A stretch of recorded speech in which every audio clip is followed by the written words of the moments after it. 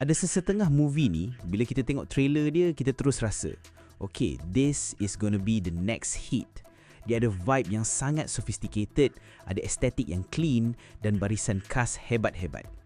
Aku bercakap pasal filem berjudul Crime 101, arahan Bart Layton.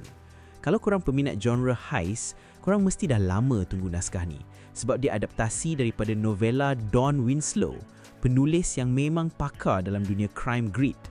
Tapi lepas dah tengok filem ni, aku ada satu perasaan yang agak pelik.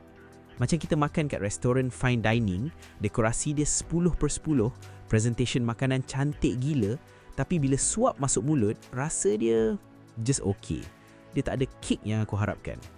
Before aku continue, please subscribe the channel and like the video. Really appreciate korang punya support. Alright, let's continue. Sebenarnya, filem Crime 101 ni cuba sedaya upaya untuk jadi sebuah filem yang mendalam. Dia bukan sekadar curi barang lari dari polis. Dia cuba nak explore socio-economic gap kat City Los Angeles. Nak tunjuk daka pas watak-watak dia. Tapi masalahnya, filem ni macam tak tahu jalan nak sampai ke destinasi tu. Dia pusing-pusing kat highway yang sama tapi tak pernah betul-betul exit ke kawasan yang lebih bermakna. Kalau kita tengok balik struktur filem ni, dia sangat moody. Terlalu moody sampaikan dia lupa yang sebuah filem heist sepatutnya ada elemen fun atau sekurang-kurangnya adrenaline rush. Bila aku bandingkan dengan The Town 2010 atau filem-filem Michael Mann, Crime 101 ni terasa macam dia terlalu sibuk nak nampak bijak sampai dia jadi bosan. Pengarah movie ni, Bart Layton, memang pandai main dengan visual. Dia gunakan sinematografi daripada Eric Wilson untuk bagi kita satu look yang sangat sleek. Setiap shot nampak macam dirancang dengan teliti. Watak utama Mike Davis, lakonan Chris Hemsworth, seorang pencuri yang sangat meticulous. Dia punya standard operating procedure SOP sangat ketat. Tak ada siapa boleh cedera, jangan tinggalkan bukti dan buat kerja sorang-sorang. Secara visual, kita nampak betapa obsesif dia ni. Ini adalah jenis karakter yang kita panggil professional stoic. Tapi dekat sinilah bermulanya masalah penulisan dia. Walaupun Hemsworth nampak segak dan convincing sebagai seorang bruiser yang cuba berlakon macam orang biasa, karakter Mike Davis ni terasa sangat kosong. Dia ada backstory yang sedih. Kononnya dia ni budak foster care yang membesar dalam kesusahan. Tapi benda ni hanya disebut sekilas lalu. Filem ni tak bagi kita peluang untuk betul-betul rasa penderitaan dia. Kita nampak dia kaya, duduk dekat apartmen yang minimalis dan mahal, tapi inner conflict dia tak sampai kat penonton. Protagonis kita ni terlalu lemah dari segi emosi. Dia kononnya aloof, dia tak pandai buat eye contact, tapi kita tak rasa simpati. Kita cuma rasa macam tengah tengok seorang model yang tengah buat photoshoot bertemakan pencuri termenung. Dan bila kita ada protagonis yang agak dingin, kita perlukan seorang antagonis yang boleh buat kita rasa sesuatu.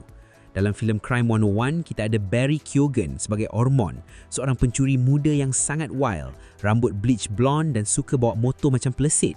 Keoghan ni memang pelakon yang hebat. Kita tahu dia boleh jadi sangat creepy dan mengancam. Tapi dalam movie ni, karakter Ormond ni lebih kepada gangguan daripada ancaman. Dia nampak macam budak sekolah yang cuba nak jadi gangster tapi tak cukup umur. Dia tak ada motivasi yang kuat selain daripada aku nak duit dan aku nak ganti tempat kau. Bandingkan dengan watak-watak dalam Heat atau The Town di mana setiap watak ada layer yang buat kita faham kenapa mereka buat apa yang mereka buat. Dalam filem ni, antagonis dia rasa macam caricature penjahat tanpa death. Dia cuma ada kat situ untuk bagi alasan kenapa plot kena bergerak ke depan, bukannya untuk mencabar moraliti atau pemikiran protagonis kita. Keoghan buat yang terbaik dengan apa yang ada, tapi skrip dia sangat inefektif. Dia cuma menjerit-jerit dan buat benda bodoh yang akhirnya buat kita rasa geram bukannya takut.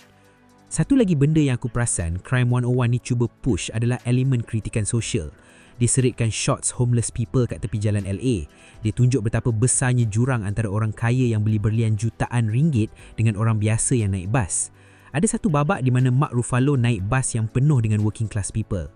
Niat dia bagus, dia nak tunjukkan dunia ni broken. Tapi masalahnya elemen ni rasa macam afterthought. Nothing more than that. Dia tak integrated dengan cerita secara organik. Dia tak rasa macam sebahagian daripada jiwa filem tu. Kalau kita tengok novela asal Don Winslow, tulisan dia memang pedas pasal realiti hidup. Tapi bila dipindahkan ke layar perak, dia jadi terlalu glossy. Bila filem ni cuba nak jadi serius pasal isu kemiskinan atau trauma masa lalu, dia rasa fake sebab visual dia terlalu cantik. Semuanya nampak terlalu bersih, terlalu Hollywood. Akibatnya, segala usaha untuk bagi depth pada watak-watak utama rasa macam terbuang sebab filem ni sendiri tak berani nak jadi betul-betul kotor dan realistik. Dari segi visual dan the tone of the movie, Crime 101 ni sometimes rasa very heavy. Sebagai sebuah filem heist, kita biasanya harapkan ada satu rasa excitement. Kita nak tengok plan yang bijak, kita nak tengok tension bila sesuatu tak jadi, dan kita nak tengok aksi yang buat jantung kita berdegap kencang. Dalam filem ni, aksi dia sebenarnya not too bad. Ada babak kejar-kejaran kereta yang agak grounded dan nampak realistik, tapi aksi tu tak cukup untuk selamatkan pacing filem ni yang sangat lambat. Filem ni terlalu banyak menghabiskan masa dengan babak-babak silent yang kononnya nak bina mood.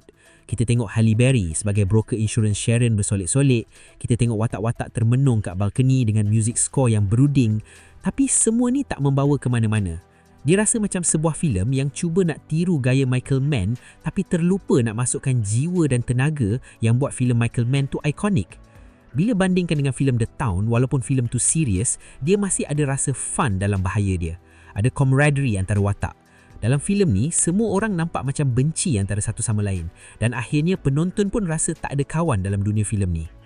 Ramai juga yang tanya, apa beza filem ni dengan the original source material, the novella by Don Winslow? Based on pembaca tegar Winslow, novella tu sebenarnya sangat compact dan tajam. Tapi bila Bart Layton kembangkan cerita tu jadi 140 minit, banyak benda jadi cair. Penulisan dia jadi lemah sebab dia cuba nak bagi setiap watak ada their own moment, sampaikan fokus utama cerita tu hilang. Kita ada Mark Ruffalo yang buat gaya ala-ala watak Columbo. Selekeh, rambut serabai, tapi bijak. Tapi dia pun macam terperangkap dalam skrip yang tak bagi dia banyak ruang untuk buat kerja detektif yang betul-betul hebat. Dia cuma kebetulan perasan satu corak dan terus jadi obses. Halle Berry pula, walaupun dia pelakon grade A, watak dia sebagai Sharon ni rasa macam boleh dibuang terus daripada skrip tanpa menjejaskan plot utama. Dia cuma ada kat situ untuk bagi kita perspektif orang tengah antara polis dan pencuri. Tapi penglibatan dia rasa sangat dipaksa. Skrip ni gagal untuk intertwine watak-watak ni dengan cara yang memuaskan. Akhirnya kita dapat sebuah filem yang rasa macam ada 4 atau 5 cerita berbeza yang cuba nak digabungkan jadi satu. Tapi gam dia tak kuat. So overall for me, filem Crime 101 adalah sebuah naskah yang cantik di luar tapi kosong di dalam. Casting dia memang hebat. Hemsworth, Ruffalo, Berry, Keoghan, siapa tak nak tengok kan? Dan dari segi teknikal, memang good. Tapi filem bukan sekadar gambar cantik. Filem adalah tentang bagaimana kita rasa bila kita tonton watak-watak tu bergelut dengan dunia mereka. Crime 101 cuba nak ajak kita masuk ke dunia yang gelap dan penuh dengan lapisan emosi. Tapi dia sendiri tak tahu nak buka kunci pintu tu. Dia tak akan menjadi satu heist filem yang akan ingat 10 tahun lagi. Dia cuma sebuah filem yang okey-okey je. Dan bagi aku, untuk sebarisan pelakon dan pengarah sehebat ni, okey-okey tu sebenarnya adalah satu kegagalan. So sad sebab potensi dia memang ada.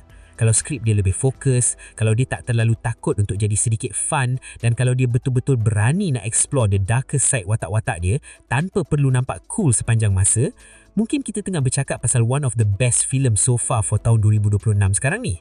Tapi realitinya, it feels like just another movie that come and go. Alright, that's all for now. Jumpa lagi in the next video. Ciao.